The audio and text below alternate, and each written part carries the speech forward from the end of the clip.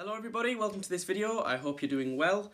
If the lighting looks weird, it is. Every bulb in this house seemed to just want to burst at once, so I've currently got two lamps without the shades on sat there trying to light me up. So at the minute I'm blinded, but I think it looks alright, so hopefully you can see everything okay. Yeah, today is going to be my third horror Blu Ray update. These seem to come pretty quickly. And I think all of these that you're about to see were bought for me by my dad for Christmas. So yeah, this video is basically a thanks to him. So yeah, there's a decent stack here actually. We've got 6, I think, Blu-rays there, and then a box set to show off. So they're not in any particular order, I don't think. No, we'll just go from the top, shall we? So yeah, here we go. The first one he got me, we'll start with the Arrow ones actually, I think, because everyone loves the Arrow films. The first one he got me isn't a film that I've actually seen, but I've heard really good things about. It's a film from 1959, I think. Black and white, creepy thing starring Christopher Lee. And it is The City of the Dead. Hope that's showing up alright. As usual with Arrow, you've got the awesome artwork on the front there. But yeah, as far as the film goes, I can't say anything. Hello. Because I haven't seen it, but like I say, I've heard really good things. On the back there, in Whitewood, time stands still. So yeah, you've got a basic description of the film there, and then as with all Arrow releases, you've got an absolute ton of special features there. Inside, we have, they tend to put these little slips in that advertise other films. The one we've got is Stormy Monday, starring Melanie Griffith, Tommy Lee Jones, Sting, and Sean Bean. So, quite the cast. And then we've got, disc 1 there, which I'm assuming is the film with Christopher Lee's face on, and disc 2 there, which is the special features, I am assuming. And yeah, through the back there, if I just take this disc out, you can see the other artwork that they give you, which is, I believe, the American, like the original American poster. So it was titled Horror Hotel over there, but as creepy as that is, I just think that's brilliant artwork. So yeah, I've opted for that one. But if you've seen this film, let me know what you think. I know my dad really likes it, hence why he bought me it. I really like the old sort of black and white creepy films, so this should be right up my street. So there you go, that's the first one, The City of the Dead from Arrow. And also from Arrow, this is actually the last Arrow one, is a slightly more famous film featured in the Video Nasty series, Lucio Fulci's House by the Cemetery. This was the third in the Gates of Hell trilogy.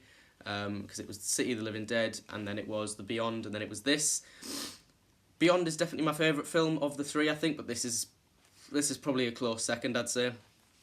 Gone for the original artwork there, because I actually don't like the artwork on the newer artwork they commissioned. You may have just mortgaged your life. There you go. Same on the back there. Description, loads of special features as usual.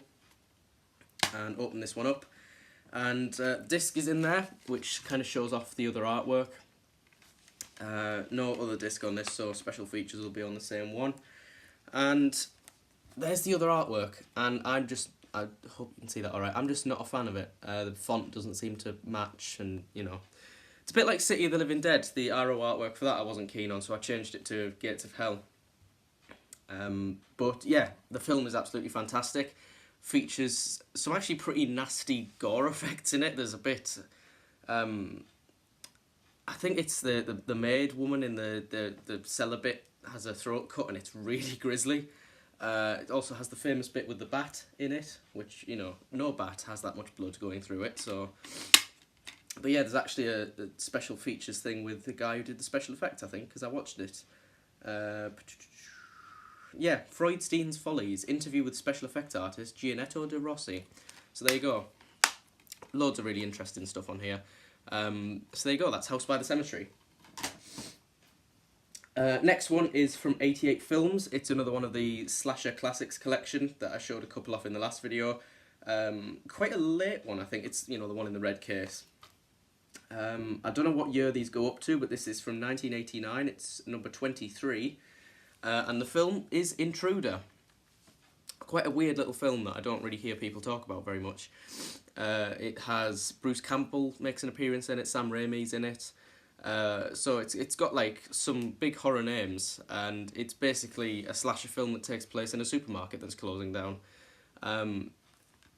back cover there, and it's sort of like a horror comedy, I want to say, because it's not fully serious, but it does have its really quite horrific moments. And I really like this film. A lot of people I've heard aren't actually so keen on this, but me and Dad really enjoy this film. He's just crazy about this store, as it says there. And yeah, the artwork there is absolutely brilliant. I love that cover. It's so much better than the other one, which you'll see in a second. We've got a thing that has like an interview with... Oops, is that Scott Spiegel? Yes, it is, who directed this, I think. So yeah, there's an interview in there. The disc is in there.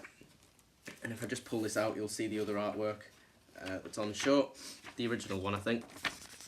It's weird, but I mean, come on. Seriously. This is the one, so I chose that one. But yeah, great film. If you haven't seen Intruder, I would give it a watch. If you're in the mood for something nasty but not so serious, then it's pretty much perfect. Right, the next three are quite strange. In that I've not really showed anything like this before. First one is famous for being possibly the first portmanteau film. Really creepy black and white thing from the 40s from Ealing Studios. And the most famous story in it is probably the one with the ventriloquist dummy. And it is Dead of Night. Who released this? It's Vintage Classics, Studio Canal. Yeah, this is like... It's just creepy. It's one of those films that just has a weird atmosphere about it. A classic of English cinema. As it says on the back. God, there's so much glare. Yeah, Dead of Night, if you haven't seen it. I mean, I've only seen it once, but it sticks out in my mind as being really creepy. And it was a massive inspiration on Amicus, who did the later, slightly nastier portmanteau films like Vault of Horror and Tales from the Crypt. But yeah, pretty basic package there. You've literally just got the disc. But it's Studio Canal, and I've pretty much... The ones that I own of theirs are pretty good, so the picture quality on this, I imagine, will be fantastic. And yeah, if you if you like your old black and white creepy stuff, then this is pretty much right up your street. Two films I don't think I've ever mentioned before, actually, in a double pack. This is Tales from the Crypt and Vault of Horror. Yeah, the Amicus collection. These are basically sort of two later portmanteaus. Portmanteaus, for those who don't know, is where a film is made up of like 5 or 6 different stories kind of stitched together. And yeah, these were always really creepy. Like, I think it's sort of darkly comic stuff, but it just is quite unsettling. You know, there was Dr. Terror's House of Horrors, Torture Garden, another one from the 60s. These are slightly later. Tales from the Crypt features Joan Collins. Vault of Horror features... is Terry Thomas? I'm pretty sure Terry Thomas is in it. Tom Baker's in it. So there's some big names in this. And yeah, this is a double feature. I'll show you on the back there. So yeah, they're quite English. I think the Amicus were an American... Or I think they were half American. I think one of the guys in it was American, if not both. But they're really, really weirdly English films.